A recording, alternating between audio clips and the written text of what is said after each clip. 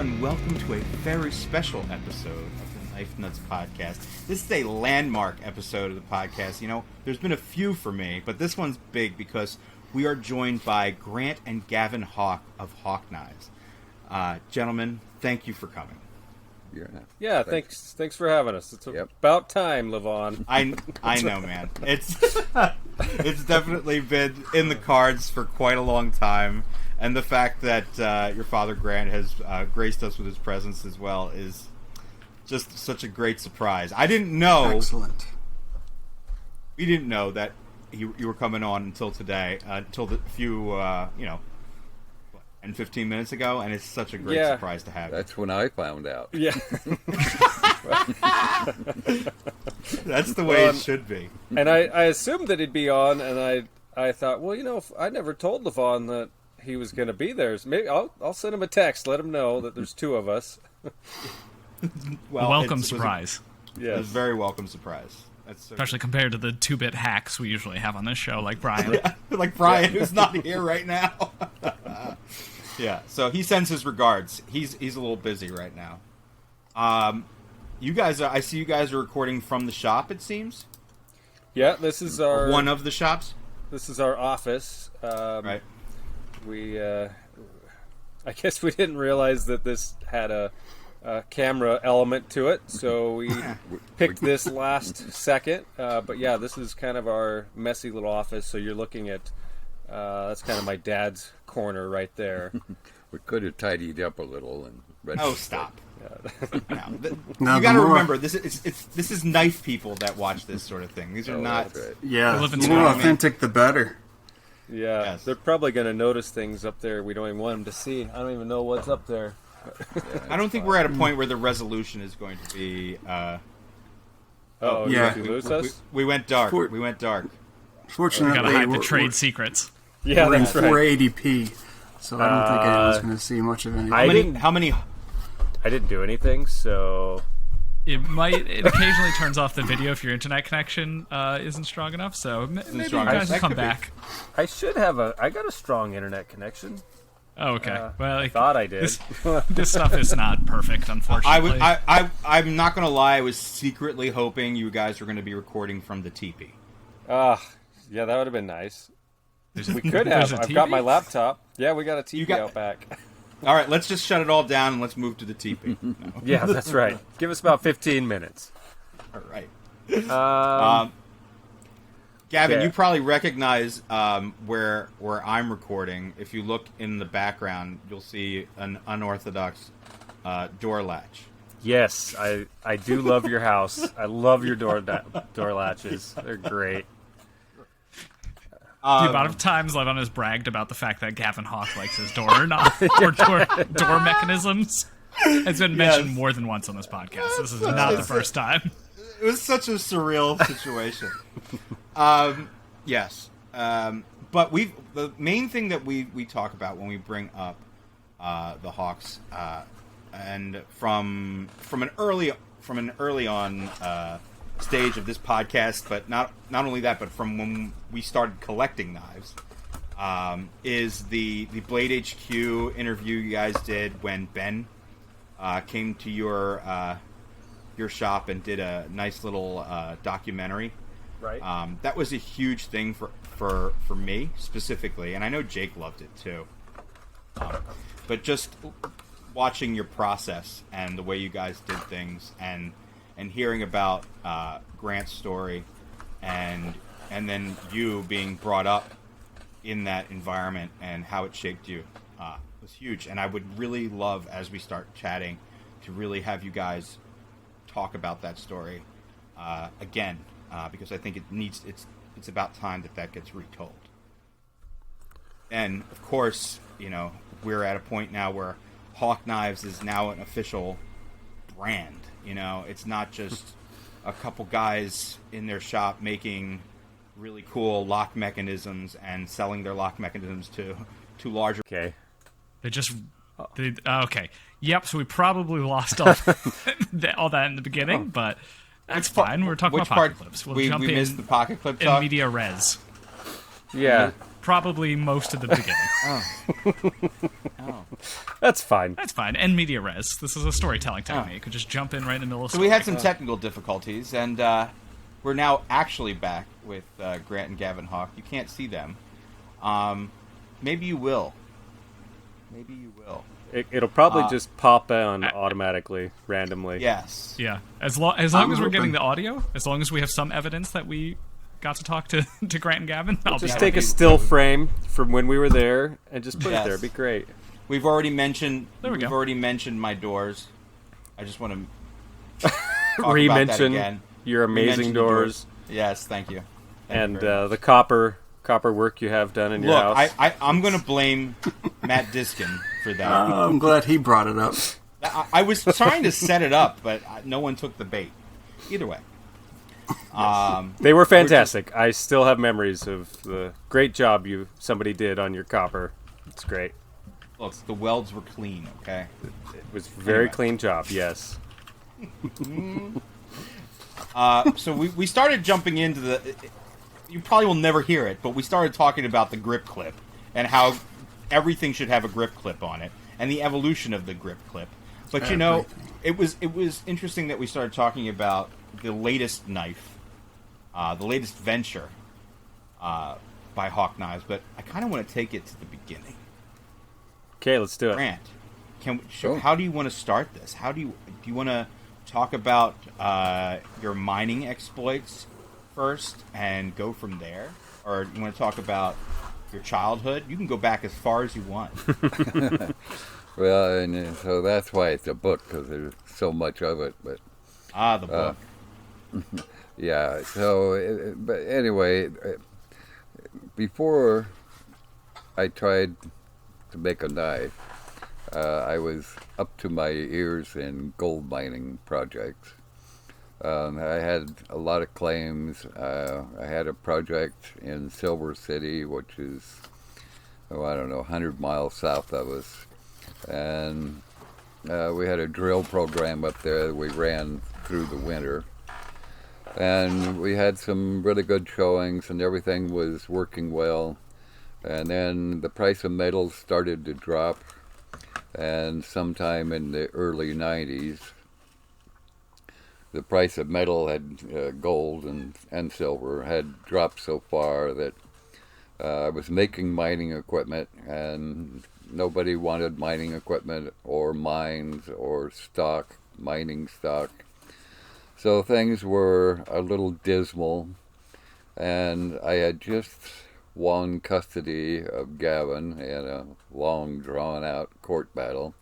He was 10 years old at the time. And I could see that I wasn't going to be able to provide for an income off of my mining ventures.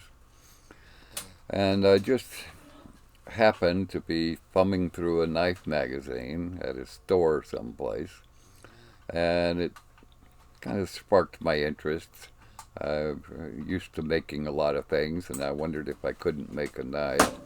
There was an ad in the magazine for an upcoming show in Eugene, Oregon. So I took Gavin with me, and we went to the Eugene show. And we spent the whole 3 days walking the aisles and looking at knives and talking to knife makers. And anyway, by the time we finished there and was on the drive home, I pretty much decided that I wanted to try my hands at that. It looked like something like an arena I might be able to compete in. I was inspired when I watched a few collectors counting out $100 bills for $1,500 knives that I was pretty sure I could learn to make. That'll do it. Yeah, so anyway... So when I got back, I started fiddling around trying to figure out how to make a knife. I went to the yellow pages in the phone book. The only knife maker in the phone book was Chris Reeve. So I drove to his shop and introduced myself and said I wanted to be a knife maker. And Chris said, yeah, well, everybody wants to be a knife maker. He said, "Have you ever made a knife?" I said, "Well, no." Yeah, so anyway, I went home. I found a file that looked like it was about as thick as a knife ought to be. And I ground it into a knife, and I put a kind of a stacked handle on it.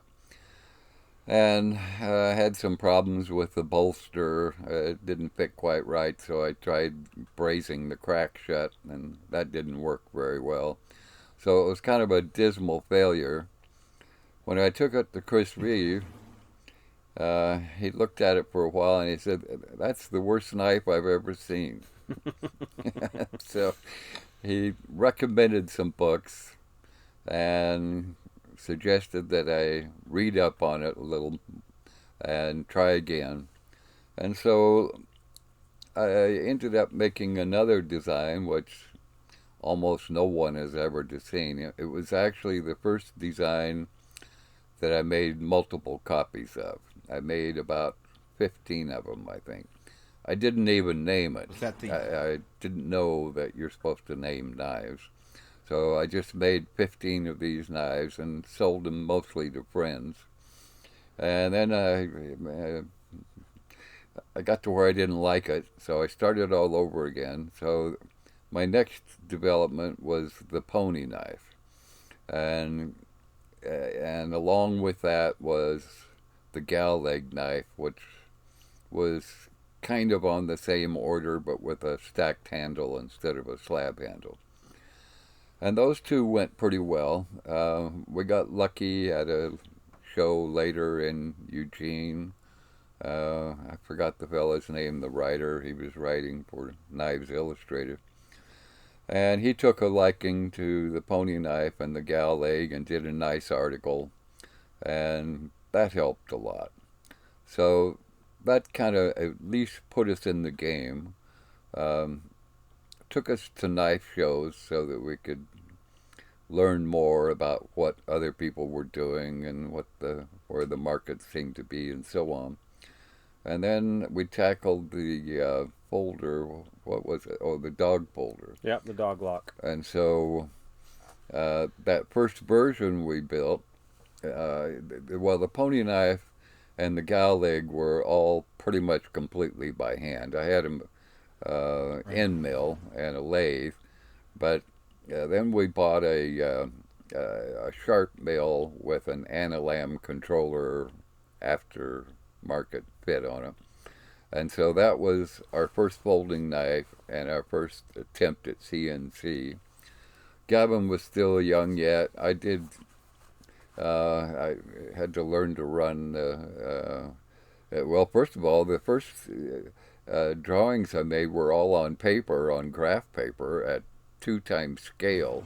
And then I went back over the graph paper and wrote the program out with pencil and 3-ring binders, and then entered it in one stroke at a time at the console on the Analam.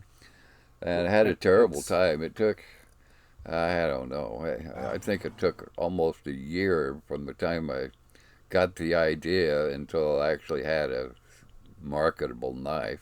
And so what he was doing is he'd take the graph paper and he'd count the little squares, and then that would be the dimension that he would write into the controller. So he was just, measuring and counting all the little squares. It was on 16th-inch graph paper, but a very large sheet that I got from a blueprint company. You wouldn't even think it would work. What other knife makers were doing that at the time? I guess I don't know.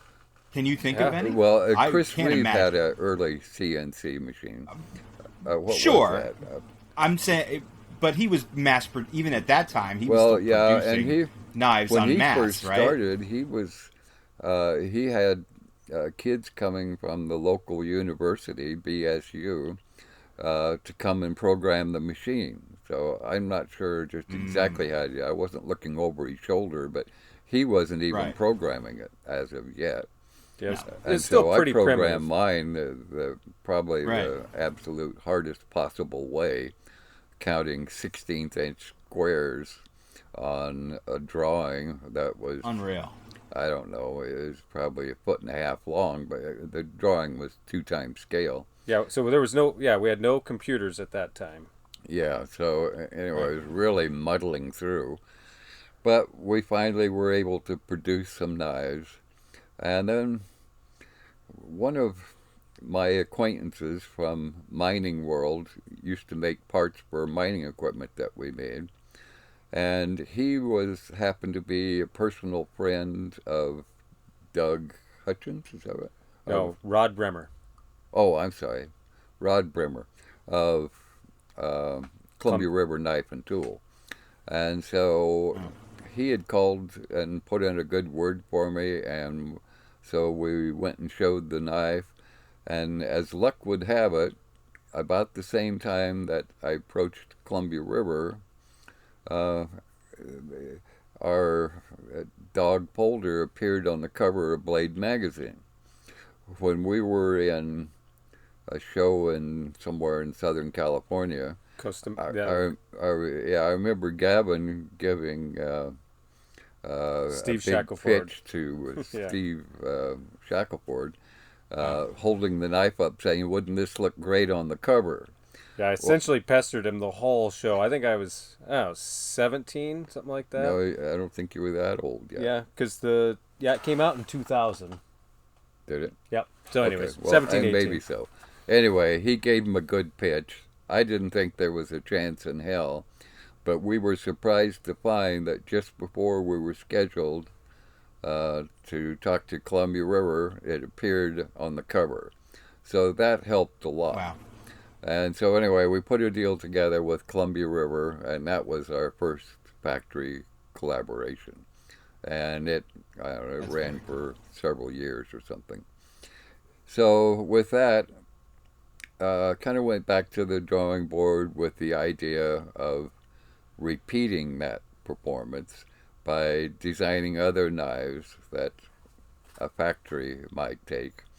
And so we started building prototype after prototype of everything we could think of.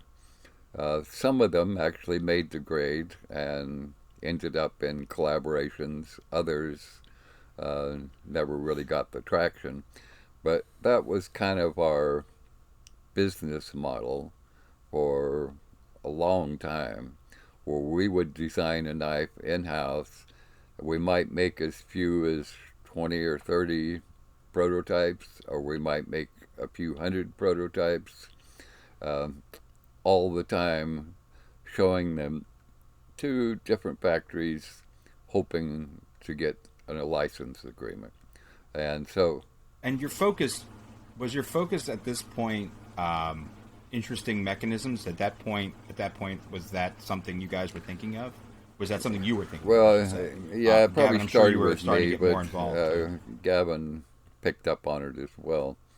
But I noticed at the knife shows we were doing back when we just had fixed blades, the Gaulig and the pony knife, that a lot of attention was being paid to not just folding knives, but particularly folding knives, mechanical knives with a unique mechanism. And so then started focusing on all the different ways that it might be possible to make a knife open and close. I think I guess the next one after that was... The Toad. Oh, that's right. Okay, the Toad, yeah. Well, the Toad, that's one that never made prime time, but it was very complicated, but it had a talk. What's cool is we can actually share a screen here, so we'll actually pull up some photos of stuff, so that'll show up for people. Oh, I see. Too, okay. So the Toad was a toggle-operated lock, and so I began by trying to marry the toggle locking mechanism to a folding knife. The toggle lock is used on different things. It's used on injection mold machines, for one, because you have a lot of travel and you don't need a ton of pressure until you get to the last half inch or something. It's also, there's a big magnification of leverage through a toggle linkage. It's used in jaw crushers to crush ore, in mining, for example. It's used in a lot of different things, and so trying to marry that toggle mechanism to a folding knife ended up as our first example we called the Toad. It was a little bit awkward. The knife worked fine, but the mechanism was operated through a button that was attached to the toggle that ran in a window that was cut out in the side of the knife blade. And that one, it made it a little bit hard to operate. You know, I think I missed part of this story because I should have went to the cat lock, because that was the first toggle lock. Oh, that's true. The cat lock never saw the light of day at all. Yeah. We made the Toad, but the cat lock... Because I know the Toad, the cat lock, I don't think I know any of that. Well, and neither does anyone else. And so we made that. Actually, I made that even before we had a CNC machine. I made it all on even before the dog lock. So before the dog lock. And so I made that just on a manual mill, and it worked in a very, very complicated way. But what I was trying to get to is a folding knife with a sliding button, and when you slid the button back, it would actuate a mechanism that would send the blade through its entire nearly 180-degree travel and lock it. And so to do that, it had a toggle linkage inside the handle, but in order to translate the motion of a sliding button sliding to the rear into a motion that would result in the toggle going through its cycle, I had to use, first of all, use the boss on the toggle, 2 bosses on the toggle, and then a sliding cam that was a sliding plate with cutouts in it that captured the buttons on the toggle. So as the slide moved to the rear, by capturing that toggle and carrying it in a groove, it sent it through the right motions to send the blade out and lock it up. So this first cat lock wasn't also known as the mechanical marvel. So few people we've shown that to. We'd bring them behind the table or the booth, and we'd hide underneath the table and we'd operate this thing. One of those. Yeah, it was twice scale, so it was about 16 inches long or more. It wasn't intended to be a knife. It was only intended as a prototype, kind of a proof of concept. Concept of the mechanism. But it worked remarkably well, and surprisingly well. And when I first showed that to Chris Reeve, yeah, that was fun. he just about fainted. Can't imagine. I can't imagine. Because I'd already made the pony knife and the gal leg, and Chris liked those, and he was behind it, and he thought that was pretty spiffy, and maybe I had a chance after all. But when we showed up there one afternoon with the cat lock and showed that to him, he was standing up, and the first thing he did was go find a place to sit down. He held it in his lap and just stared at it. He just couldn't believe it. He ran it back and forth and back and forth. He said the mechanism reminded him of a German machine gun that somehow worked in a similar way. He encouraged us to make the knife, not a real knife, but just to make a prototype like the one we had made, only out of better materials, a large size, and again it must have been 16 inches when it was open, just for collectors. We never actually did that. And that knife, it was really complicated. Well, it was definitely beyond our capabilities at the time. Yeah, we couldn't have made it. And so then that's when we made the decision to scale back and just get started with a simpler folder. And so that's how we got to the dog lock. Then after the dog lock, I was still a little fascinated with this toggle lock idea. And so then we designed the Toad, which and actually, so we took it to Gerber. So well, and we did. sure they loved it, we too. took the Catlock to Gerber, and they really liked it, but it was yeah, They couldn't it was produce it, just probably. not really feasible. yeah, but they were kind of influential in having us make something simpler. So we And at the time, Gerber was probably more open to that sort of thing too. It's like a different world. Maybe so. Anyway, so that never really went anywhere. The Catlock it doesn't really make sense as a production knife. But the Toad showed promise, but it was also overly complicated. And I don't know how many of those we made. We probably It's a cool looking knife. Yeah, we probably you made know, 100 and of those. I always wanted one. we probably made 100, 150. Yeah, probably. Once in a blue moon, I'll see one go up, and it's always at the least opportune time for me to snag one. Yeah. You know? Yeah, they're an interesting knife. And a lot of people really, really liked it.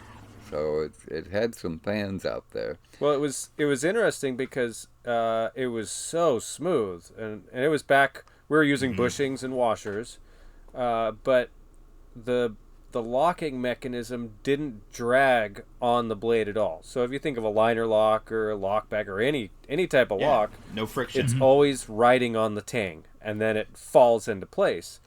But the toggle lock, It's Jake's mom is joining us for the Sorry, I very first I didn't time have any say in that. It just kind of happened.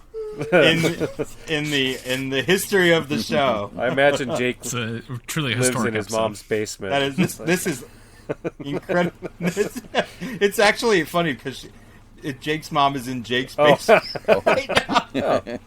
That's good. She just came wandering down. Like, why are you being so quiet?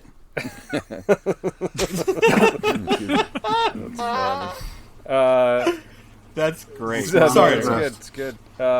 So yeah, the toggle mechanism, it was all pivot points, and when the pivot points lined up, the knife would lock. So there was no drag on the blade, so it was just super smooth. But that's one of the things that made it very difficult to make. The test for a folder was no blade play.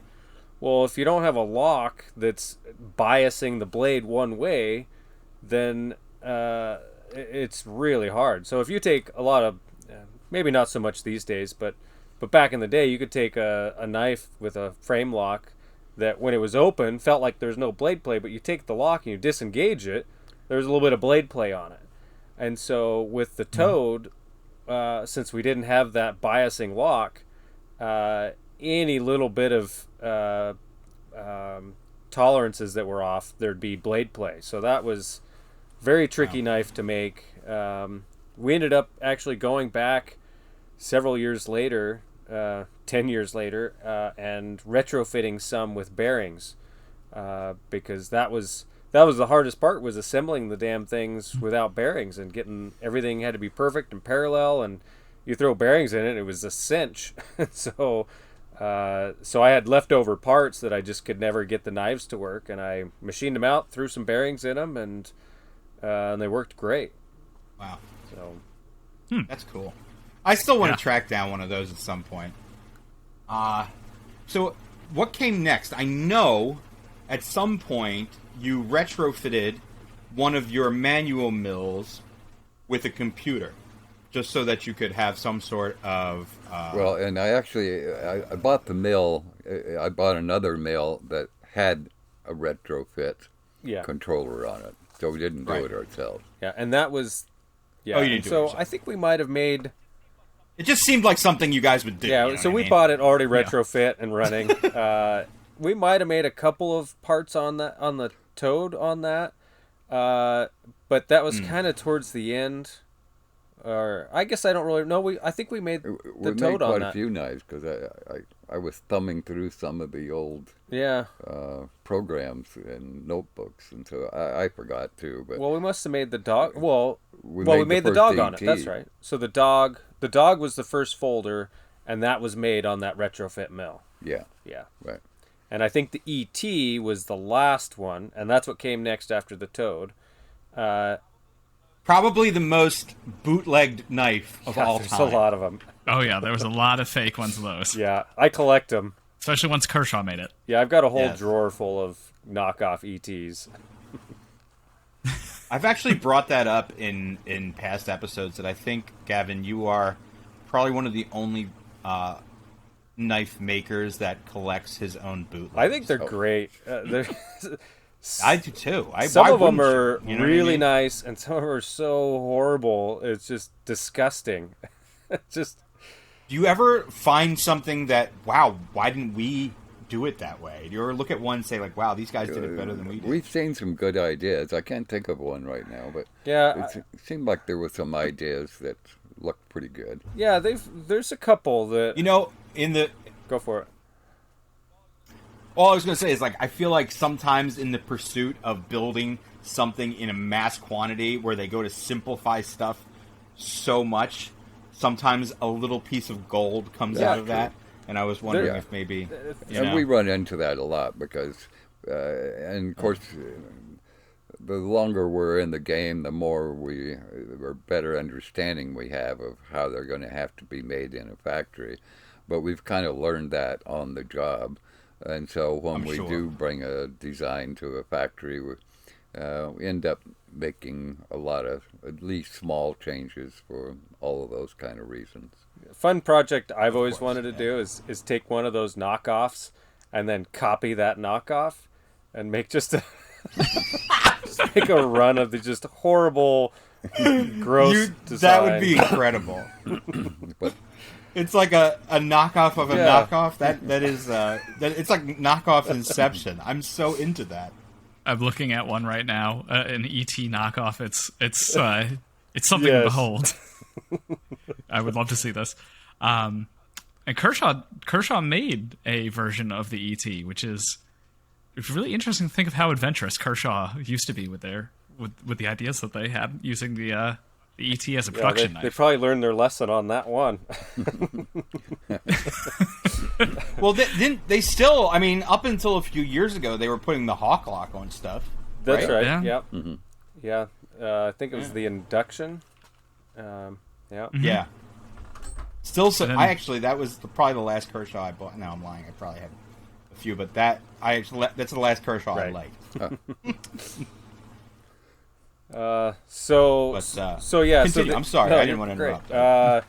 So let's see. So the Toad. So the ET came about because we were always trying to explain how the Toad worked, and so we made kind of a cutaway version that we machined the handles so that you could see the mechanism a little bit better, and we'd take this to shows, and people would go crazy over that. They just loved seeing the mechanism. Seeing it like a watch yeah. guy thing, you look at the back Exactly. of it, like an exhibition case back or Right. something. So then what we wanted to do was highlight that mechanism, and that's where the ET came about. Is not only can you see the mechanism, it's all exposed. It's part of the handle, and so yeah, that's how that leap happened. Was trying to showcase that mechanism even more. Extreme skeletonization. I like it. Yep. Very cool. I want to do a little divergence to the deadlock real quick. Gavin, do you remember a conversation we had back when the deadlock was in its inception? You started posting, I think it was like some CAD drawings or something. I can't remember what it was. But we had talked about at one point you doing like a plexiglass or a polycarbonate version of the deadlock so you could see the mechanism on the inside. I still think that would be pretty cool. Yeah, that's always been a goal.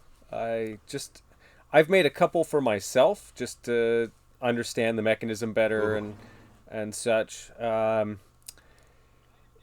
I understand it's probably not the most practical. It's not very thing in the world. practical. And then by the No. time I get around to that, I change the design so much. So I haven't Design again, stuck. right. I haven't stuck to the same design long enough to get there. And Now with the Model C, boy, I don't even know if it would. It would just be a curiosity. I don't think it would last very long or work very well, but it would be pretty neat. I'm sure at some point the case could be made to make that a reality. Yeah. But you know, I digress. Just as we were talking about you know, exhibition knives. It'd be and really the neat. knife we made for or designed for Boker had a toggle mechanism as well. And Yeah, so when yeah. Boker first started making them, we were selling them here, and we got the idea of putting a clear polycarbonate handle yes. on it, Grip, overlay. grip lock, right? And so Yep, the so grip lock. Gavin was taking Boker knives and putting the clear handles on them, and then Boker saw it and they liked it, so they actually manufactured them that way for a while. Put it into production. And Gavin, it was probably around that time that you were talking about it, so it makes sense. You know, yeah, that was a cool thing. That was such a neat thing because I remember the grip lock, right? Right. That Oh, I still have my Beetle. yes. That employs a very similar thing, right? Yes, so Where, the Beetle came first. So the Beetle was kind of my invention of a non-locking knife, but when you grip it, that holds the blade open. And then shortly after that, my dad started working on a similar idea, but using a toggle lock instead of kind of a loose linkage. Well, in Boker, Where are we in the time? Am I close to where we are in the timeline of the story at this point, or how far? How many years? We skipped over a little bit, yeah. Where, Skip where, the late where do we need to- 2000s. Where do I need to go at this point here? Kershaw Ram. I feel like that's Oh, the mid Ram! 2000s. all kind of That was mid that all 2000s. kind of began with The the mud. mud knife, and so Mud. starting Yes. We can't not talk about the mud. Yeah. We can't. yeah. So starting off, I was looking hard at some way that a knife could be sealed from dirt and sand and so on, because that's one of the problems that I seen with a folding knife as opposed to a fixed blade, is that they could get fouled with debris and so on. So while trying to figure out how to get a mechanism that was entirely enclosed within the handle, came up with this, with what they ended up calling the hawk lock, that had they just use a sliding plate under the cover of the handle, and then we sealed the button that actuates the lock with a rubber-like bellows type part, and put seals on both sides of the blade where they interface with the handle, so that way dirt or even water for that matter, I guess if you left it in water long enough it'd probably get in, but just dipping it in and out of water or washing it off or rinsing sand off of it, it worked beautifully. Our first few shows with the mud knife, we took a cookie tray full of wet sand, and you could actually just play in it. You could put the knife in the sand, you could pack wet sand in between the handle and the blade, and every place you could find it, and you couldn't tell the difference. It just opened and closed perfectly. So So a lot of people liked that. That was kind of a big hit. Chris Reeve, incidentally, really liked the mud knife, and Kershaw liked it. And they adopted a version. They made a slightly larger, or quite a bit bigger, actually, than what we made. the ZT500. Yeah, for their zero 500. tolerance line. Yeah. And they made them for several years. I think they were experiencing some manufacturing problems, maybe with the bellows. I think that was a problem with the production knives. There were problems with it, but when they functioned well, they solved a big problem for a lot of people who are working in dirty environments. That was a cool knife. That was on my bucket list when I was back when ZT was a big name in the industry and really pushing the limits of production. Oh, right. Uh-huh. Yeah, that was a grail knife for me, as they say. Yeah. I never got. Yeah, well, it worked out well, and then from there, we liked the mechanism. Kershaw liked the mechanism, and so then we came up with the Ram, which uses the same mechanism as the mud knife, but without the seals, and turned it into a flipper. And so that worked pretty well, too. It was nice in a way because the plate that does the locking has a cam face on it that you can control the exact point of release when you flip the knife. So most flippers work, of course, as we know, on a ball bearing that fits into a detent, but it's an either or. As soon as the pressure builds to a certain point, then it pops out and it's all over. But with the Ram, because we have more surface area on the face of the cam that interfaces with a pin on the blade, that we can drag out that release moment over a longer period of time, and therefore give it a profile pressure so that you can control the feel of it. So as you put your finger on the flipper and you start to increase the pressure more and more and more, it starts to move just a little, and then it moves a lot. And so it's not like it's hard locked into a hole until it moves all at once. It ramps out, and as soon as it ramps out, well, then it flips out the rest of the way. So it gives a different feel entirely to a flipper than one that's locked in with a simple yes or no lock. Definitely a very unique experience even now. I know Dave is a huge fan. Yeah, still the Ram of the Ram. Yeah. Yeah, it was one of the first knives I bought when I started collecting, and it was because nothing really flipped particularly well back then, at least in the production world. It was like a revelation. It was truly like completely different from anything else that was available in terms of flipping. It was so cool. I really missed that. And knife. that was why, is because we had some room and flexibility to control that disconnect over a period of time instead of an instant. Yeah, and the other nice thing about it, that mechanism, is that again, there's no lock riding on the tang, and so there's two pins in the blade, and so once the detent or the cam plate is no longer riding on that pin and the blade's released, there's nothing riding on that blade, and so it rotates all the way to the open position, and then it pushes the lock out of the way, and then it engages. And so, you have a frame lock or something. Well, even after it breaks the detent, the blade is being slowed down by the lock itself because it's continually putting pressure on the tang. So that's another thing that allowed the Ram to just open so crisp and fast. Mm-hmm. Yeah. Yeah, we often wonder how this stuff just doesn't get produced again, and it has to just be down to cost of production at this point.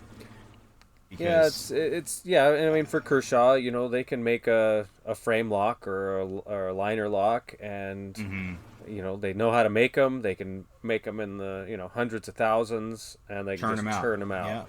Yeah. Not that the Ram or the Hawk lock was necessarily difficult. Sure, relatively it's pretty speaking, simple knife. Right.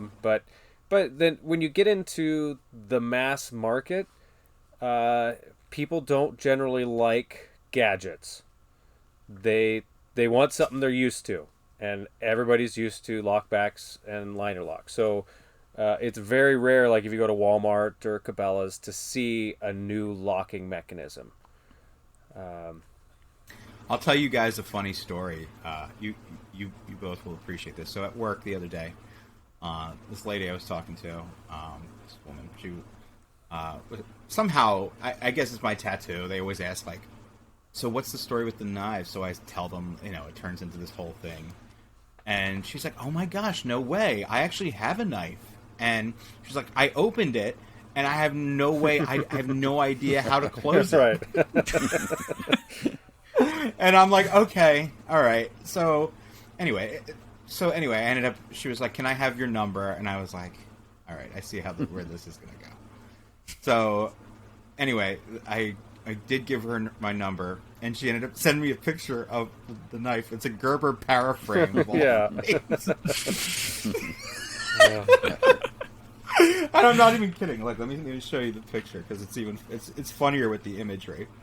The great irony is that in the in the collector market or enthusiast market, everyone is so sick of traditional locking mechanisms, and everyone's clamoring for alternatives. And then as soon as you hit the mass market, if it's not a liner lock or a back lock, people just lose their minds and have no idea what to do with it. Yeah, they start pushing screws and like they just don't know. So it was hard to get a strange, unique mechanism in the mass market. And so like our best selling factory knife is the Select Fire, which is a liner lock, and we've sold more of those than everything else combined. That thing is just, pardon me, is a badass knife. I still wish I could. What do you mean? How can you not get one? They're like Select Fire. You go on Amazon right now. Oh, you know what? $32. You know what I'm thinking of? Something I was gonna say, that one's Yeah. super easy to get, and they keep making it. Yeah. I mean, every quarter we get our check, and we're like, wow, you really sold that many again? Really? Wow, that's great. I think I have 2 of those here in various stages of disassembly from the same culprit, Chris Kelly, as always. Somehow, he managed to buy a copy, like a clone of one that was of very low quality. Uh-huh. I don't even think he did it on purpose. I think it was like an eBay thing or whatever. And a real one. He had a real one. And then we were trying to swap parts to try and make one functional one but it was quite a nightmare. But so I do have some pieces of those around somewhere. Yeah, it's neat. It's a great knife, and in our little town here we have. Oh, look, there it is. Oh yeah, there's the little driver. This is from the real one. But here in our town, there's not a lot of guys or gals that have our knives, but they have the Select Fire, and they carry them all the time. It's great. It's crazy, yeah. It's a bit like Liang's Eaton tool. It's very the Eaton Yes, tool. the ubiquitous Eaton tool. Yes. It is the Hawk equivalent of the Eaton tool. Yes. Sure it is. But you can actually cut stuff with it. Where does the Buck Marksman fit in there? Because Buck is not a company I tend to think of as one that takes risks. Obviously, that comes later. If Yeah. my tangent going onto the Beetle. Yeah, that's a good point. I jumped was too quite a far few off. years there Well, as technically, it came after the Select Fire, because the Select true. Fire was the last design we did with Kershaw. Not counting the induction. Kershaw. The induction was actually an in-house design for Kershaw, and so it had the Hawk lock, but what's his name? Jim McNair, I think. Yep. He's the one that designed the induction. But yeah, it didn't have the Hawk flare in Yeah. the design. It just had the cool look. And so yeah, and then that came the Marksman. We did skip over a few, I guess. We missed the Kayat, which was the last design we did with Columbia River. And then we jumped over to Kershaw. We had the ET, the Mud Knife, the Ram, the 0650 ST, which was kind of it was a switchblade in the ZT line. It had a modified Oh Had a yes, modified Hawkward. yes, I remember And that so- one. I forgot It about had this a- one. Wow, that's Yeah, a there's rarity. not very many of those. Yeah. Yeah. But the neat thing about that is it was an automatic, and the safety was integral to the firing mechanism. So you'd push the button over to the right, and then pull back on it, and that would fire it. And so you could do that all in one motion, and you didn't need a safety on the button. I don't recall handling one of these, Levon. We didn't. They're No, we very never rare. did, Jake. For a while you could get them, but Gavin, we're in Pennsylvania, which is a non-auto legal. Right. You can own them, you just can't carry them. So at the time, I wasn't collecting things just en masse. You know what I mean? So I really was buying stuff that I could actually carry and use all the time, and so that was not on my radar, even though I liked it. And then even more So, rare than that it's one that really is went the unnoticed. Emerson collaboration that Right. ZT did. So it was an Emerson Auto made by ZT with the Hawklock crossfire mechanism. I think there was I've never heard of this. 500 of them. Is my brain Yeah, I've never. failing me?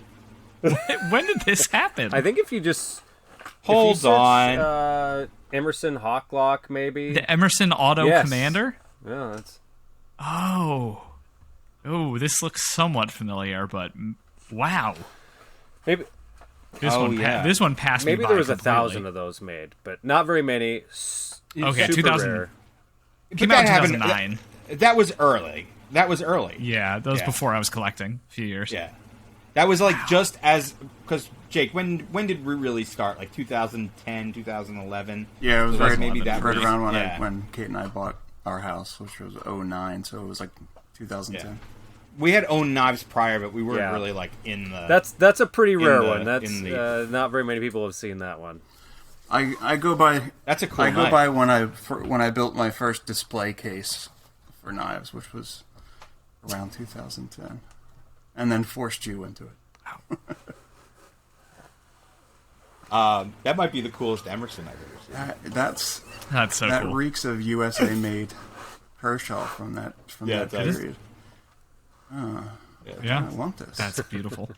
I always thought it was a little strange because they insisted on having like kind of a wave on it, but not a wave. Like Yeah, just for I- branding, like I for tried the- talking Yeah. them out of it. I'm like, just reshape the blade so there's not like a weird step there and a little, Little hump. hump. It was, Yeah. it was Can we? weird. I'm glad you brought this up. Just how do some of these collaborations come about? Like, who approaches who, and how does it? Is it purely the manufacturer saying, "Look, we have this design. We'd like to have you make this work"? No, it's Or- generally so. So the first one with Columbia River, of course, it was a friend of Rod Bremer's that knew us, and so that's kind of what got that together. And then once you're working with a company, they'll say, "Hey, we'd really like a fixed blade," or we'd like this or that, and they kind of throw some ideas at you. With Kershaw, we actually went to Kershaw because Ken Onion talked us into it. Because he was there at the time. It worked well for him. Yeah, That makes and sense. so he was a big part in talking us into going to Kershaw. And then about the time we got to Kershaw, he left, and so we were with them for quite a while. But we had a good relationship with Kershaw, so it was we essentially had a first right of refusal with them. Not a real contract, but just kind of as a gentleman's agreement that we would show them new designs first. And we were very much trying to come up with knives or designs for companies to make. And then after that, companies were just continually approaching us, asking us to collaborate with them. And yeah. Because I remember when I had started collecting knives, it was very few and far between that I would see like a custom or a something coming out of the Hawk shop, even though they still existed, it was more along the lines of, I guess you guys were focusing on getting knives in designs for production. Yeah, I mean, right? yes and no. And so every design that went to a As prototypes, factory, right? we made a group of them. And so essentially what we would do, because it takes a while for royalties to come in. You make the knife, you send it to them, you sign the contract. It takes them a year, maybe 2 years to get into production, and then they ship them off to. They make a small run of them. They ship them to distributors. Distributors have 90 days to pay. The distributor finally pays, and then we get paid at the end of that quarter, however it lands. And so, by the time you give them a design, it could be 3 or 4 years before you get any money. And so what we would do is, we'd make the knives and then sell those, and that would give us money in our pocket. And then we knew that someday we'd get paid on that design from the factory, and then we'd go on to the next design. And there was. It might have just been my perception of being less. I think so, yeah, because we had several like shows and stuff like that. We had several designs that didn't actually make it into production. There was like the Sam, which was an auto a lot like the 0650, and there was the Task, and there was a whole bunch of them that never quite made them into factory knives. Or we made like 3 versions of the Ram, for instance, and only one version made it into a production knife. So interesting. Yeah. So from there, how did I feel like there was a changeover to where you guys started to, I don't know, modernize the way you guys started to make stuff, and partnerships with other manufacturers to build your own knives, like Millet and things like that. How did that all come about? So that was, let's see, I think the first design we did with Millet was the mud knife. And so Kershaw, or ZT rather, had discontinued the mud knife, but there still was quite a bit of demand for it. So we teamed up with Millet, and they started making. Well, actually, I guess first, so Millet approached us, and they wanted to make the pony knife, and so we licensed the pony knife to them. I remember that. And so they made that for a while, and then they made some modifications and called it the Slim line. So they made it a little bit thinner. And then just seeing, the quality that they were doing and what they were capable of doing, we decided to start having them make the mud knife, and then they made some beetles. So we made kind of a mid-tech beetle. Mine's somewhere. I can't remember. God, it seems like we did another design with them after that. Well, I had the I Orbit. had all of them. We So did there the was Orbit with them. The Orbit. Oh, the Yes. Orbit. And then there was the Auto. Yes, Mud. and then the Auto Mud. And then and that was all about the same time we were making OTFs, or the Deadlock. And so we were trying to figure out what we wanted to do, if we wanted to license the Deadlock, or if we wanted to make them ourselves, or have Millet make them. And so we kind of landed on having Millet make them, which is kind of where the Model B came from. So I was making a big push to make it a little bit easier to manufacture.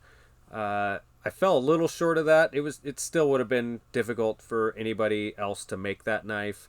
But about that time, Millet had started taking on a lot of projects, and we could kind of see the writing on the wall that they just weren't quite big enough to produce that volume of knives. And Right. and so they got into a little bit of trouble as far as getting things out the door, mainly with that folding karambit. And I think they're still assembling a few of those damn things. But to their credit, that was a hard knife for them to make, and I think they ended up losing money on it. But they're still assembling them and trying to get them out the door. They're still getting them out there. I'll they're still respect getting them that. done. They lose Yeah. money on every one, but at least that's Could you imagine if they were trying to assemble Right. deadlocks right now? Yes. Yeah. That'd be tough. But that was kind of when we decided that okay, we need to quit relying on somebody else to make our stuff, and we need to do it in house. So we went and put a deposit on a brand new machine, and we built another smaller shop where we had a little bit cleaner space, and bought our first new Haws. We had a Haws that we'd actually traded Kershaw out of. It was one of their old machines. They were getting rid of it, so we traded ET royalties for it, and so that was our first real machine, and we had been using that for years, which it was a great machine, and actually it was only probably 6 or 7 months ago that we finally tore it all apart and scrapped most of it. But anyways, we decided to buy our own machines, hire our own employees, and start making deadlocks ourselves. And so that was probably 3 or 4 years ago, 3 years ago. It's crazy how much time has passed. It feels much like a shorter period of time. And you look at the evolution just of the deadlock, which even in the prototype phase, which I had, still felt like the most advanced OTF on the market, to where I'm sitting here with this other prototype of the Model C. You can't physically tell someone how much of a difference it actually feels like, but it is astronomical. Can we talk a little bit about, I know we're fast forwarding in time here, but I think a big majority of the audience wants to hear about the deadlock, and how you guys are moving along with it and what the future looks like for it. So can we talk a little bit about how it started and where it's going? So the deadlock project actually started from a request by Kershaw. They wanted to make an OTF, and they had talked to us about it, and so we came home and started thinking about it, and the goal ended up being, let's make one that locks up solid. And so we started on that, and we still have that original prototype, and that was actually the first project I ever made with the Haws, and I think it took us, I don't remember how long you took designing it. My dad primarily designed that first mechanism. It went on forever. Yeah. I don't know. Well, it was a really hard thing to make. It was a hard thing to make work. It was I can't imagine. Poorly conceived. Yeah, it was. And we never got it to work right. We never really liked it. Then Kershaw called back and said, well, never mind. Our legal department decided that we shouldn't be making OTFs anyway. Yeah, so they kind of dropped the whole idea of making automatics. And so we spent probably, I know I spent a full month just making the first prototype. And then we tweaked the design for quite a bit. And we could get it to lock up solid, and we could get it to go in and out, but we couldn't get it to do that at the same time. So we gave up on that. And we kind of ran out of money because, when you're just working on one design and you're not making money or knives. So we kind of bagged the whole project for at least a year, maybe even I think more like 2 years. Yeah, 2 or 3 years. We just kind of let it go to the side, and then we jumped back into it with more determination. And so that's where the Model A came in. So we made that. We made 14 prototypes, and we accomplished the goal, but it was really complicated. It was a hard knife to make. A lot of parts, but again, we had made something that worked. And then from there, it's just been a continual evolution.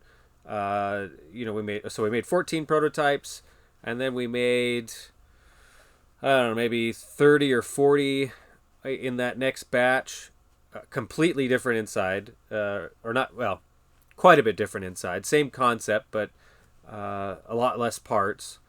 And then the next batch, totally re-engineered everything. And every subsequent batch of the Model A, the insides are completely different. Because we're trying... Essentially a different yeah, knife. it looks the same on the outside. We made a few different variations on the outside, but pretty much the outside stayed the same, but the inside was evolving every single time. Because we'd make all the parts, and then assemble all the parts, and then figure out what went wrong, what was difficult, what parts just were, you just couldn't hardly make them to the right tolerances, and then we'd try again. And so each batch was a learning experience.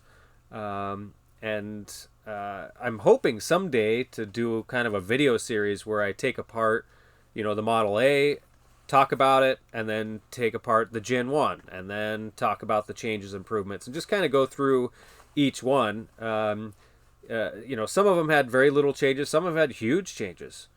And I remember when the Model B started to get rolling.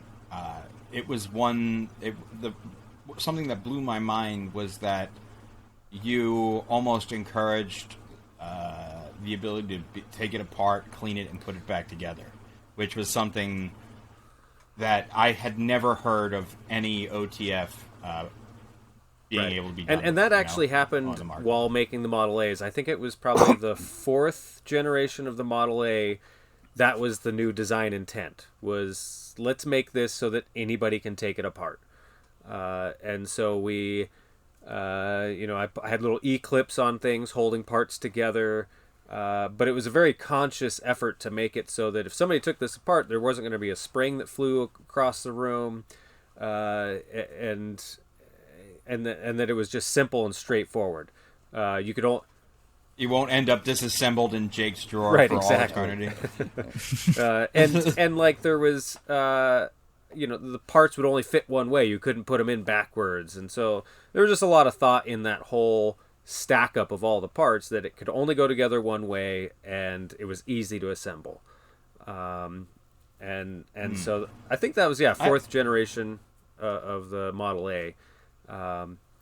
And then the Model B, again, that was kind of I redesigned that with the intent of millet making it. And then that kind of all fell apart. So we started making them, and I think we only had 3 generations of the Model B, with very little minor tweaks in between stuff. And then that gets us to the Model C, which so essentially I had taken the Model B as far as I could go with that platform. So with the 3-piece stack up, we had two overlays or 2 handles, and then a center frame. I just couldn't evolve that system anymore. So we threw all those parts away and started from the ground up with the Model C, which is a 2-piece system, which gives a lot more rigidity to things, which it just simplifies. Even though you decided to a massive downgrade in materials. Yeah, it's people are really hung up on the idea that everything should be made out of titanium. And unreal. And I've had some people, or they try and say, oh, you just went to it because it's easier to make or whatever. But no, it's the aluminum is a better material choice. It's like the other day I was thinking about it. There's a few parts in an airplane that are made out of titanium, but they don't make the whole plane out of titanium.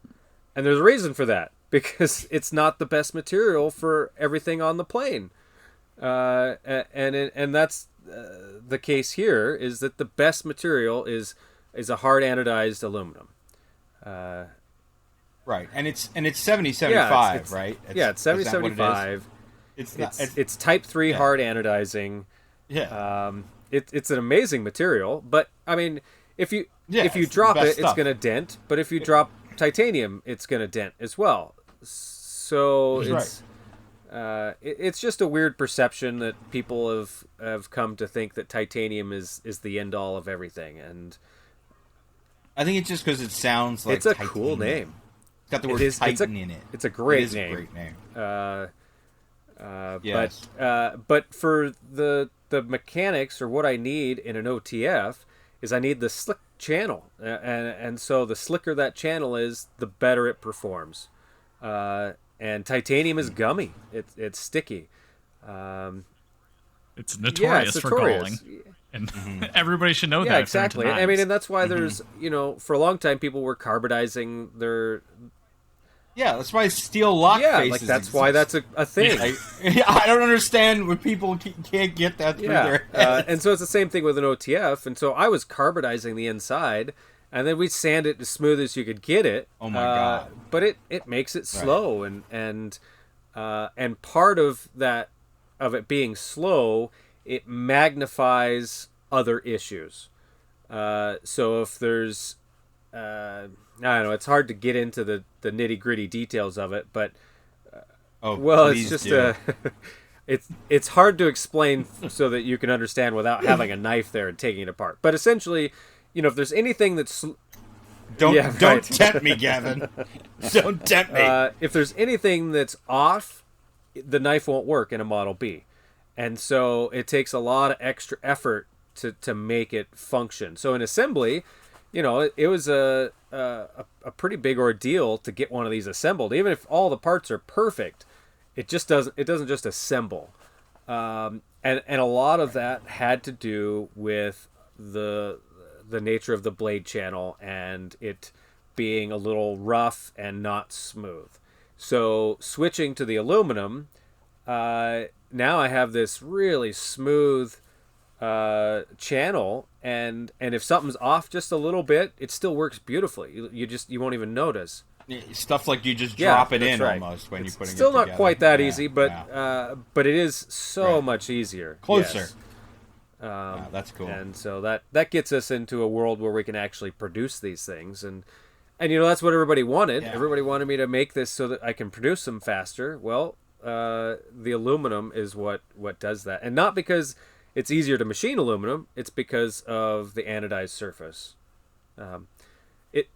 Right, and the cost did come down too. And it's You know a what I mean? weird comparison because we were on a Model B with a single edge, we were at $1150, but on a double edge we were $1250. Mm-hmm. And so on the new Model Cs, we're double edge only for now, and so it's $200. As it should be. I agree, but some people insist on a single edge, so we'll probably make a few. But anyways, so we're $250 less than where the Model B was at. I mean, that's significant. And you can get it. Yeah. I don't understand. I don't know what there is to complain about. You get a better knife for less money. Yes. I agree 100%. And when people actually handle it and play with it at a show, especially if they've had a Model B or played with a Model B, they instantly understand that this is a step above. This is a better functioning, smoother. It feels better, sounds better. Everything about it is better. Aside from the lack of rubies in the hardware. Yeah. Yeah. He'll never let me live that one down. Yeah. So the ruby, that's an interesting point. So when I made the first prototypes, I did not want anybody to take it apart. It was so That's complicated in there. You start taking that apart and you're not going to be able to get it to go back together. Like, it's just very, very few people would have been able to put it back together. And so I was very purposeful in gluing little rubies in all the screws so that you couldn't take this thing apart. Unless you wanted to shatter the rubies. And then that's what you have to do. And I actually had, at the first Blade show where we debuted that, I had one that was giving me problems, but it was sold already. And so we went to Home Depot, and I bought a hammer, and because I didn't bring any tools with me, but I brought a hammer and some Allen keys, and we went up to Matt Diskin's room, and everybody looked at It's always Matt Diskin. Matt Diskin is always involved in any sort of right. debauchery. Yep. And so, yeah, they all looked in horror as I had this, $1,700-$1,800 knife, and I'm swinging a hammer at it and breaking these little rubies. So I broke the rubies, took the knife apart, fixed whatever was wrong, and then glued new rubies in it, and it was fine. And the owner never had any clue. It wasn't mine then. I don't know whose it was. I don't remember. But they had bought it, and they're like, well, you can keep it at the table. And then it quit working. And I was like, oh, great. Oh. So, anyways, I was able to... It's a prototype for a reason. There you go. That's amazing. Yeah. So, you guys are now in full production mode, huh? So, you have a little team there that's right. This yeah, stuff? we have... I guess there's... That's a big There's 9 deal employees, including myself. Wow. I've got 3 Hawses. We have another one on its way, which will be delivered in less than a month. And yeah, we're going for it. We're trying to make as many of these as we can. Another interesting thing that I don't think many people know. So the property we're on, when my dad bought it, had a shop and a trailer park. And so we bought the property mainly for the shop, and then it happened to come with this trailer park. But now almost all but one of our employees lives in the park and works for us. And so we've kind of we essentially have a little company town. It's like a little community, and everybody walks to work. We do like little barbecues. We got a community little hot tub, and kids have they have families, and it's pretty neat.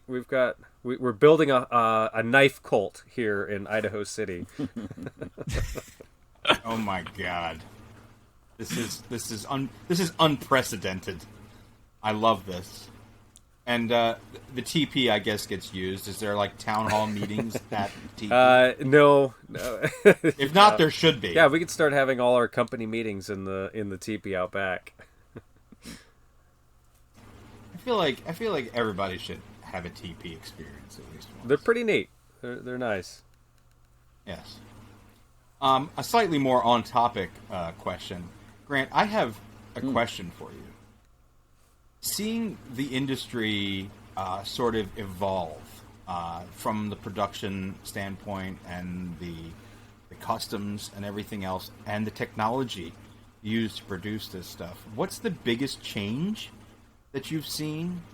And how have you specifically adapted to it? Do you still design stuff in a analog way? I mean, I'm sure maybe you don't fill in graph paper anymore, but do you embrace a lot of technology? Well, not much.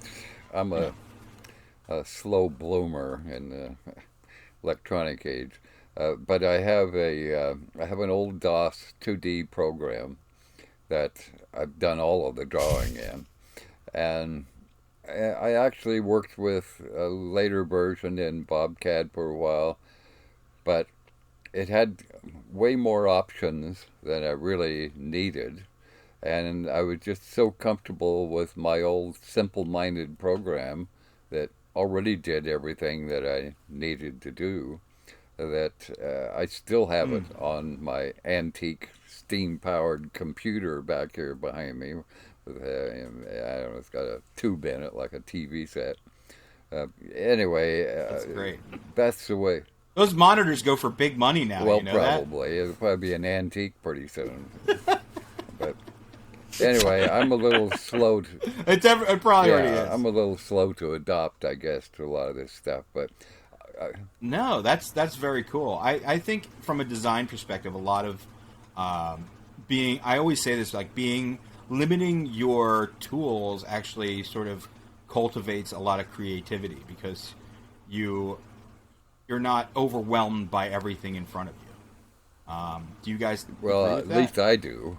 I mean, everybody else around here has got 1,000 more buttons than I do, but I like the idea of just knowing intuitively what I'm doing and what I need, and I don't have to wade my way through a bunch of things I don't need to get to what I do. And well, Gavin will take my drawings off of this computer and put it in his computer, and and load it in. You know, he's got fancier software and he can write machine code and go from there. But just a 2D drawing program has worked fine for everything we've done. Very cool. And as far as the industry question, like, what do you guys see as the biggest change over the course of your careers in? Yeah, I don't know. I'd have to wonder about that question for a bit. That's fair. It is sort of philosophical at this point. That and just remembering all of the moves that it made. I know it's changed a lot since I first started making knives, and if I were to start today from scratch, looking at where it all is at this point, I might not be so quick to jump into the arena. People are making some really wonderful stuff. Well, they were making some good stuff earlier too, but anyway, now it's a lot more competitive, and there's a lot more about it that I wouldn't know at all if I was starting today. I'd probably go back to gold mining for a little bit longer or something. Yeah, and I think for me, that what I've seen is when we first started, there was a lot more makers that were doing everything by hand, and so it took, not only did you need to be artistic, but you had to be an excellent craftsman as well. And now, almost any good designer can buy a CNC mill or have their buddy that has a CNC mill, or go to China, but they can, artistic people can jump in there with a good style and design something on a computer, and one way or the other it can be made without them having to be craftsmen, which isn't necessarily a bad thing. There's, I appreciate the designs that a lot of people are coming up with, and that's their strong skill, is design, and so they can jump in and design something really cool, and then it can be made on a Haas or whatever. And if they decide they want to start making knives, all they have to do is put a down payment on a machine, and now they're a knife maker. Even to the point where a lot of people are machining their bevels. They don't even have to know how to grind a bevel anymore. So I think that's a big change in the industry, is just the tools have gotten so much better that anybody that has an inclination to do it can do it. So I think that's been good. It's a lot of competition and a lot, but but because of all the competition, it's made for some really great designs. Yes, and to counter that, but add to it, I think the industry itself has gotten bigger. Like, the fan base has gotten larger due to things like social media and things like that as well. But where I think you guys were part of a pivotal point in the industry, where it went from everything being a very traditional, almost gate-kept industry, to technology and things starting to be more embraced, and more modern ideas starting to be accepted. At least that's the way I see your mark on the industry. People call you guys the mad scientists of the knife world. I do believe that is an accurate it's funny because I remember Chris Reeve a long time ago. He said, someday you guys are going to be known for the mechanisms and the mad geniuses of the industry. And I think that the deadlock is a huge exclamation point or not even an exclamation point, but it's a flag in the ground of where you guys are headed, not where anything is.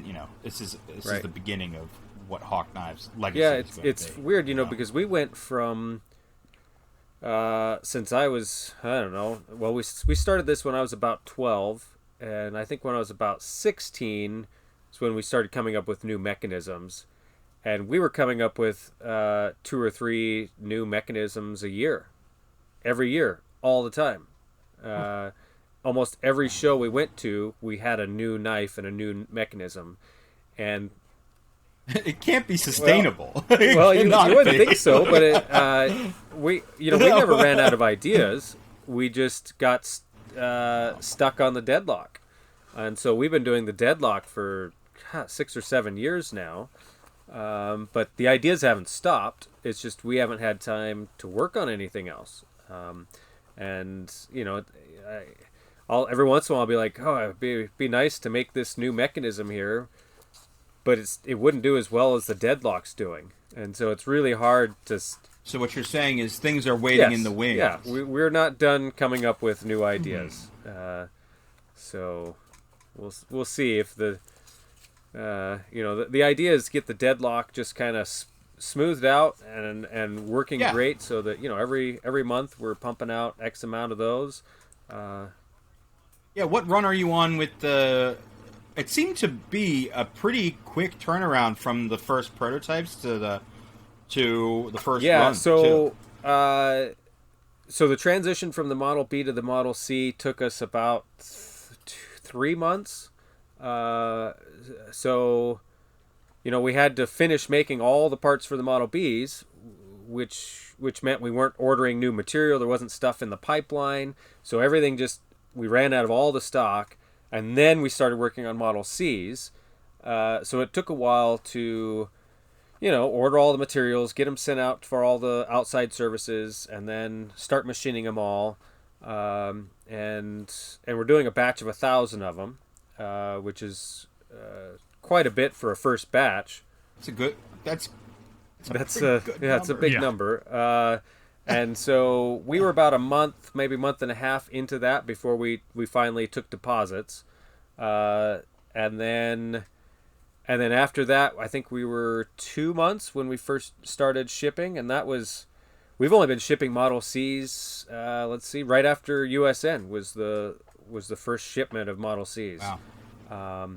And Gotcha. And now we're still kind of priming the pump, so we'll have a week where we have all the parts and we assemble all the knives for that week, and then we run out of a part, and then we finally get that, and then we're back to assembly. So we're still trying to catch up and get into a rhythm of getting Model Cs just flowing, but it was still pretty quick to. It's got to feel good too, though. Like you guys are in control Yes. of it. Even if there's a hiccup, it's something that Right. you can handle. It's not on anybody else. You're not relying on anybody else. Exactly. You know? Yeah, that's very cool. That's very exciting. And some of those, because I have the prototype, and I was waiting to see what you guys were going to do with some of the inlays and some of the different stuff. They look very cool. It really lends itself. The Model C lends itself to a lot of different variations. It's nice that. So what have you, it's nice because changing the inlays changed the style of the knife drastically. And so right now, I mean, we're focusing on the carbon fiber, just the standard weave. And so the first 1,000 here that we've taken deposits for, they're all going to be that carbon fiber. But in between that, we're going to do kind of some small drops. So like at USN, we had some. That must have been the ones so I at USN saw, I had some titanium versions, so titanium inlays. We did some tumbled titanium versions, some heat-colored versions. So we're just going to play around with throwing in different inlay options, DLC-coated parts, that kind of stuff. And as we're building our big production run, we'll just kind of throw some fun stuff out there. And Damascus blades and Damascus inlays. I don't know, just fun stuff. Are you guys are these blades machine ground? So the way we're doing it at this exact moment is we have that old retrofit mill that we used to make all of our, Really? dog and the toad and the ET. We set that up with a 2x72 grinder and kind of a I'd put an angle head on the spindle so you could get a horizontal spindle, yeah. and then adapted This is the most a grinder. most Hawk Yeah, thing it's, ever. it's pretty neat. You ought to Yeah. take a picture of that. Well, and I took a video, Yes. so that's on my Instagram somewhere. But that just does our rough grind, and so that gets Right. me really close. And then from there, I finish them on hand grinding 'em. Oh wow. So you're sitting there doing 1,000 blades. Yeah, it's great. Yeah, so at this exact moment, I grind all the bevels and I sharpen all the blades. So yeah, it's tough because I have a hard time sitting in one spot because I'm How's your running, neck? doing everything else and solving all the problems all day long, and so yeah. I don't know how you do it, man. Yeah. That's unbelievable. I thought I'd assumed that on the production models they were just being the blades were just getting. We're moving closer into CNC. that direction, but we haven't got there yet. So everything's still hand ground. Gosh. Wow. That is something. That just to give I mean, I hope this gives people an idea of how much I'm just going to say love goes into these things. You know, it's more than a sum of its parts, you know? It's just a very cool thing. That's unbelievable. I can't believe that. Oh my gosh. Where do we go from here? I think we started at the beginning, where Or present day.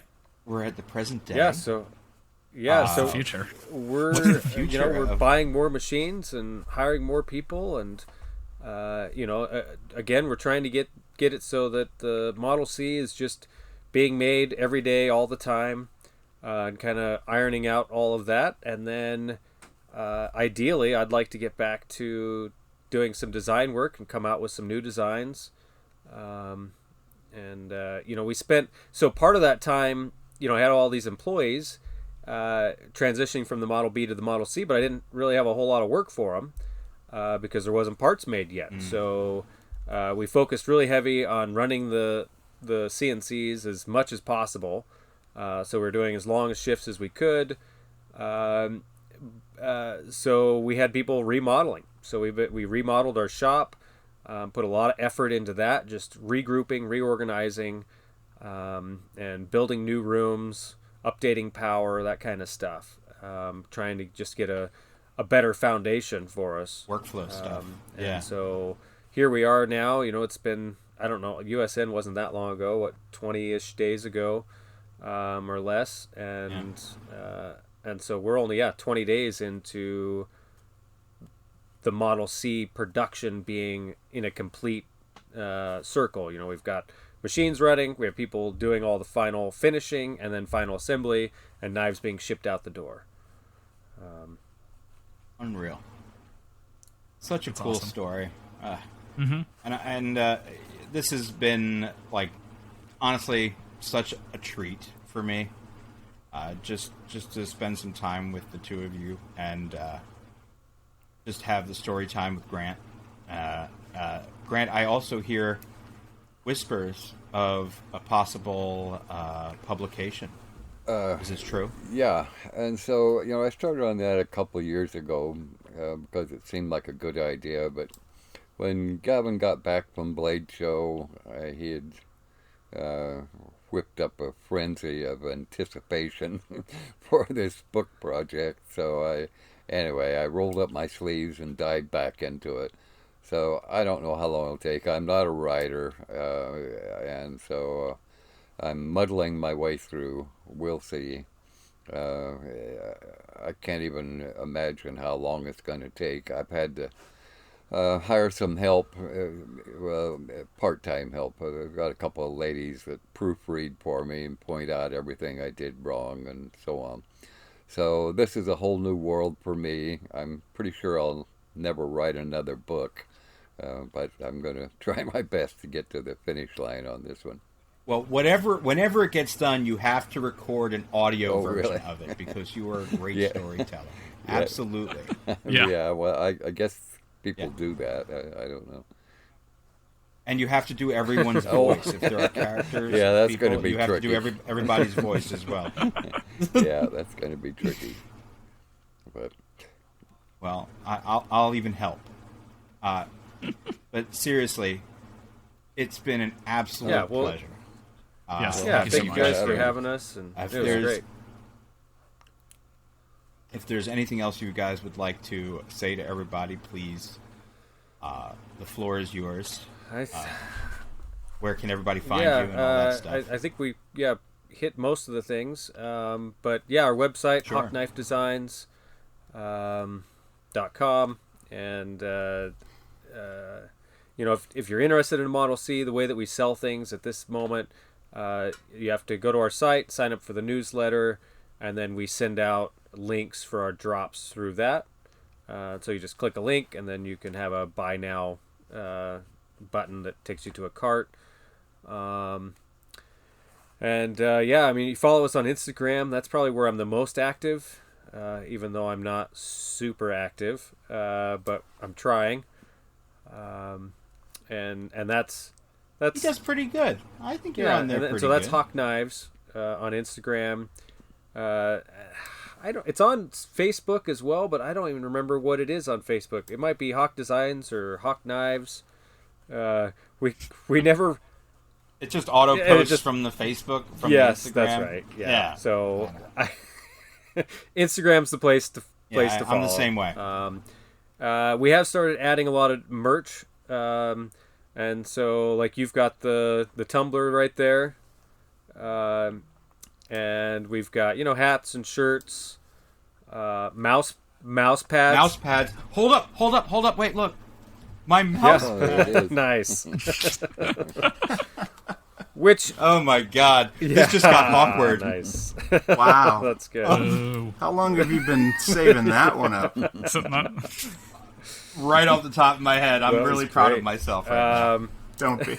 I'm going to steal that one for sure. The mouse pads were a neat idea. So I actually stole that from Serge Panchenko because I think I have one of his so he'd too. go to shows and he'd put them on the table and he'd put his knives on those. I was like, oh, that's a great idea. And then so I bought some, gave them to people at shows, and then people would start taking pictures of their knives on the mouse pads. And I was like, that's a On the great mouse idea. pad. So anyways, And here I am like an idiot using it as a mouse pad for an optical mouse that doesn't use a lint ball. That's but, kind of strange. Let's see. Yeah, so we got hoodies, Look. all that kind of stuff. I don't know what else do we have. Chapstick. That's kind of a fun little thing. So there's a lady in our town here that I'd go and play poker with, and she was raising bees, and so she started making products out of the wax, and one of those products was chapstick. And so she printed up a little label with our logo on it and brought it over to me one day. I was like, okay, sure, that's cool. I'll buy 100 of those, and I took them to Blade Show, and people went nuts for them. I legitimately thought you just went on to like one of those put your name on any merch type situations, and there was like a chapstick button, and you just clicked that and said, "I'll have 5,000 of those." No, thanks." it was a friend that talked me Crazy. into it, and it's all natural, handmade, and she does a great job, and she's evolved a lot over the years. She sells them all around our town, just little private labeling for everybody. I'm pretty sure we're her largest customer at this point. I would imagine. Now I need some. Yeah, Hawk it's Bomb. Hawk Bomb. Yeah, that's Hawkward. Oh man. Yeah, there you go. The first one's free. But anyways, yeah, it was great. People loved it at the show, and so we just started giving away with every knife, and so that's been kind of a fun little extra that nobody else does. Yeah, it's cool. That's great stuff, man.